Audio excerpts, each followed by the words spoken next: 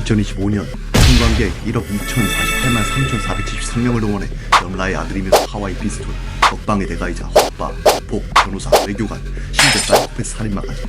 2014년과 2019년에는 한국인이 좋아하는 배우 무려 4위에 랭크되기도 했던 바로 그 사람 하정우가 2월 브로큰으로 관객들과 마주했습니다. 그런데 김용관 선생님의 아들인 이분, 올해 2편의 영화가 더 개봉할 예정인데요. 바로 로비와 윗집 사람들입니다. 최근 언론 기사를 통해 작년 작업을 마친 영화 로비가 올해 중순 개봉을 기다리고 있고, 며칠 전 하정우 배우 인스타그램 계정을 통해서 함께했던 동료들에게 감사 인사를 하는 것으로 조만간 영화를 만날 수 있을 것 같은 기대감을 품게 만들었죠. 연기를 통해 무려 1억 2천만 관객을 동원한 그였지만 2013년 개봉한 롤러코스터는 27만 명, 그리고 2년 후 개봉한 허삼관도 하정우의 혼신의 연기가 있었지만 그의 이름값을 생각한다면 같은 해에 개봉한 본인이 연기한 암살이 1,200만 명의 관객을 끌어모았고, 동시에 개봉했던 국제시장은 무려 1,400만 명이 관람해 비교가 되었던 건 사실입니다. 두 번째 감독 도전도 그렇게 조용히 끝났습니다. 하정우씨, 영화도 좀 만들어야겠습니까? 일단 최신작 이야기 김진환 감독의 브로큰이죠. 하정우 출연작 기준 정박팀은 황해보다 약하고 쌈박질은 베를린보다 떨어지고 원맨 영화로는 더 테러 라이브만큼 장악력을 미치지 못하는 다른 유튜브 리뷰들이 안타까울 만큼 하정우도 영화 자체도 잘 살리지 못한 아쉬운 작품이었습니다. 사실 하정우 배우의 특장점으로 꼽히는 특징이 바로 영화를 보는 눈이죠. 하정우는 실제로 신뢰도가 매우 높은 배우로 평가받고, 하정우가 출연하는 영화는 일정 수준 이상의 완성도를 갖췄다고 평가받으며 그가 등장하는 순간부터 영화에 대한 기대감이 확 올라가는 것도 사실입니다. 특히 하정우는 나홍진, 윤종빈, 김용화 감독의 페르소나로 그가 동원한 1억 2천만 관객을 그가 출연하는 영화 편수로 쪼개도 편당 무려 약 380만 명을 동원했다는 계산이 나옵니다. 그러나 2020년을 기점으로 비공식 작전, 1947 보스턴, 하이제킹 등이 계속적으로 흥행에 실패하고 브로큰까지 평가가 박한 상태라 영화 커뮤니티 사이에서는 하정우의 영화 보는 눈이 무뎌진 게 아니냐는 의견이 꽤 있습니다. 배우에게는 치명적인 이야기이지만 영화의 경우 보통 촬영 시점으로부터 편집 과정을 거쳐 1에서 3년 전후로 개봉하는 일이 보통이기에 2019년의 해킹 피해 사건으로 한차례 논란을 겪은 상태에서 2020년에는 약 2년간 이른바 프로포폴 투약 의혹으로 인해 송사에 휘말리게 된 것은 치명적이었고, 연기 이외에도 미술과 제작 활동으로 보폭을 넓히려던 상황이라는 점이 하정우라는 믿고 보는 배우가 좋은 작품과 만날 확률이 과거에 비해 떨어진 게 아니었는지 뇌피셜을 굴려보고요. 그래도 2020년 나온 작품 중 윤종빈 감독과 오랜만에 합을 맞춘 넷플릭스 오리지널 시리즈 수리남을 드라마타이즈로 하정우의 연기를 길게 볼 수 있었던 건 가뭄에 단비를 맞은 느낌이랄까. 수리남을 통해 하정우의 연기가 얼마나 강렬한 존재감을 지녔는지 오랜만에 확인할 수 있었죠.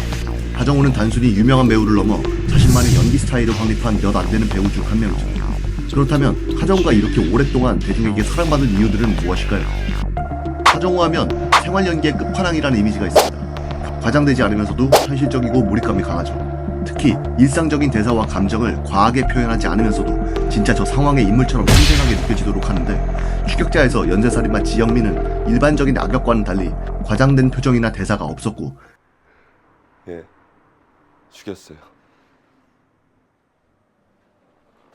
같은 차분하고 평범한 어투로 대사하면서 관객들에게 설득감을 안겨줬죠. 눈빛만으로 감정을 전달하기도 하는데 두려움과 분노, 절박함이 담긴 눈빛으로 다양한 감정을 표현했고, 표정, 목소리, 톤, 작은 습관적인 동작들까지 활용해 연기가 아닌 현실 인물이라는 느낌을 줍니다. 또 탁월한 장르 소화 능력을 보이는데요. 스릴러, 액션, 드라마, 코미디, 사극, 로맨스까지 연기의 스펙트럼이 매우 넓은 편으로 어떤 감독이라도 일하고 싶을 것 같습니다. 앞서 말했듯 흥행력이 매우 높기 때문에 1억 2천만이라는 총 관객수를 출연 영화 편수로 나눠도 무려 400만에 가까운 실적을 올렸고, 특히 신과 함께 시리즈는 한국 영화 역사상 최초로 두 편 모두 1000만 명을 넘은 영화로 기록되죠. 연기 활동만 한 건 아니었습니다. 사과로도 개인 전시회를 개최했는데 국내 H아트 갤러리에서 개인전을 열었고, 뉴욕, 홍콩, 모로코에서도 전시를 했죠. 이렇듯 관심사가 워낙 넓고 다양해서 연출에 손을 댈 것이라는 예견은 일찌감치 있어왔고, 롤러코스터가 하정우식 유머를, 허삼관이 가족이라는 하정우가 하고 싶은 이야기를 영화를 통해 나타냈고, 흥행과는 별개로 각 작품에 대한 평가는 호불호가 꽤 갈리는 편이지만 롤러코스터가 5억도 안 되는 저예산으로 27만 명을 동원했다는 사실은 상당히 유의미한 성적이라는 의견도 있습니다.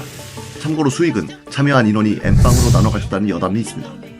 허삼관의 경우 전작에 비해 감독으로서 준수했다는 평가를 받기도 했지만 손익분기점의 3분의 1도 채우지 못했기 때문에 상업적으로 재주가 부족한 게 아니냐는 비아냥이 있었던 건 사실입니다. 흥행이 되지 못했던 이유는 감독 하정우, 영화배우 하지원의 불안함, 같은 구성애라는 내용을 다룬 국제시장으로의 관객 쏠림 현상 등이 꼽혔죠. 하지만 그럼에도 불구하고 감독으로서 하정우가 겪었던 문제들에 대해 살펴보자면 배우 출신 감독들이 흔히 겪는 한계로 감독은 스토리 전체를 조율해야 하지만 하정우는 배우로서의 감각이 강해 캐릭터 연출에만 집중하는 경향을 보였던 것 같습니다. 때문에 연출자들 모두 서사의 완성도보다는 개별적인 연기 순간에 치중하는 모습을 보였는데요. 또 화성관의 경우 원작 소설의 분위기를 잘 살리지 못했다는 평가도 있었죠. 또 두 영화 모두 감독의 메시지 전달보다는 코미디와 가족극 그리고 메시지 전달 사이에서 영화적으로 이것들을 제대로 살리지 못해 이도저도 아니었다는 평가가 상당했죠. 원작의 정서도 장르적 색깔도 모호했던 것을 실패의 원인으로 꼽기도 합니다. 영화 자체의 완성도도 기대 밖이었지만 관객 타겟팅과 홍보 전략에서도 부족했다고 볼 수 있습니다. 예를 들면 클린트 이스트우드의 영화는 보수, 사회 공동체 강조 등의 체계를 띠고 이에 대한 기대감으로 영화를 보는데 하정우 감독의 영화라면 하정우의 스타일이 무엇인지를 기대하도록 해야 하는데 하정우가 만든 영화니까 볼까라는 정도였기 때문에 기대만큼 평이 바뀌었던 것은 그런 이유로 볼 수 있습니다. 그렇다면 다른 연기자 출신들은 어떨까요? 이정재의 헌트 같은 경우 1980년대를 배경으로 한 첩보 영화로 강렬한 액션과 심리전, 정치적 서사를 조화롭게 구성해서 장르의 특성을 확실히 이해하고 액션과 긴장감을 조율하는 연출력이 생각외로 뛰어났다는 겁니다.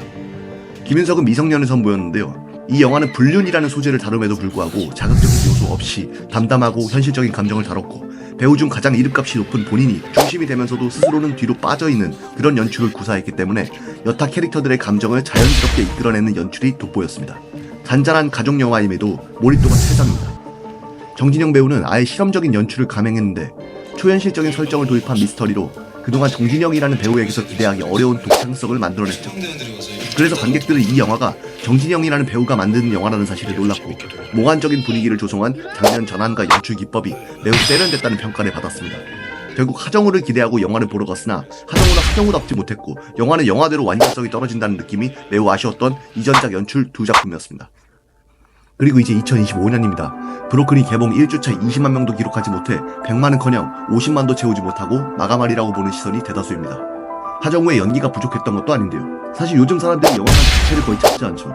제가 영화를 보러 갔던 시간이 평일 점심이라 한산했던 시간대이긴 하지만 영화관에 저 혼자 있었던지라 굉장히 외롭게 코로나 팬데믹 이후 극장 관객 감소로 인해 영화 산업에 대한 투자가 크게 위축됐고 특히 올해의 경우 주요 투자 배급사들이 발표한 한국 영화 라인업이 20편도 안 되는 상황입니다. 신작의 부족은 콘텐츠의 다양성 부족으로 귀결되고 장르의 한계를 갖고 올 수밖에 없습니다. 단연간 한국 영화가 종종 비슷한 주제와 장르에 집중됐는데 브로큰도 그동안의 문제를 답습했고 이런 문제들이 관객들에게 신선함을 제공하지 못해 영화관까지 찾아올 동기를 꺾어버립니다. 김원식 평론가는 장기적인 흥행을 위해 팬덤 컨텐츠를 만드는 게 중요한데 단순 장르물만으로는 힘든 측면이 있다며 독특하고 다양한 컨텐츠를 기획하고 제작할 수 있는 그런 토양을 다시 만들 필요가 있다고 언급했습니다. 또 장준환 감독은 OTT 등 스트리밍 플랫폼의 부상 때문에 이제는 사람들이 집에서 나오지 않는다며 굳이 영화관에 내걸릴 영화를 만들어야 하냐는 자조 어린 볼멘 소리를 했는데요. 그런 상황에서 브로큰을 시작으로 하정우와 관련된 영화 3편이 올해 관계를 찾는 상황에서 저는 하정우 감독이 부디 성공하길 바랍니다. 실기에 빠져있는 한국 영화, 무너지고 있는 극장산업, 이런 상황에서 영화 3편과 함께 관객들을 만날 수 있는 배우는 올해는 찾아보기 쉽지 않을 겁니다. 그렇기 때문에 두 편의 연출작이 성공한다는 의미는 하정우 개인의 성공이 아니라 한국 영화계의 반등을 알리는 신호탄이 될 수 있습니다. 아무리 어려운 상황이라도 그 사람의 영화라면 언제든 찾아갈 수 있다는 인식을 대중에게 씹어줄 수 있는 사람도 하정우라는 사람 외에 몇 명 되지 않을 겁니다. 요즘과 같은 국내 영화 개봉이 한국 안에서만 그치지 않고 이전 컨텐츠에서 보고타의 사례가 드러났고 극장에서의 개봉과 IPTV, VOD 서비스가 아닌 OTT와의 지속적인 협업을 통해서 국내 관람객뿐 아니라 해외에서도 바로 평가를 받을 수 있는 양질의 컨텐츠를 하정우 감독이 선보일 수 있기를 바라는 마음입니다. 이제는 배우 중심이 아닌 이야기 중심의 연출을 기대해보며 촬영 기법에 대해 조금 더 깊은 고민이 배어있는 로비를 만날 수 있기를 바라고요. 감정선 조절과 인물 간 서사를 촘촘하게 구축해 관객이 되도록 이해하기 쉬운 윗집 사람들을 만날 수 있으면 합니다. 속이 후련했냐?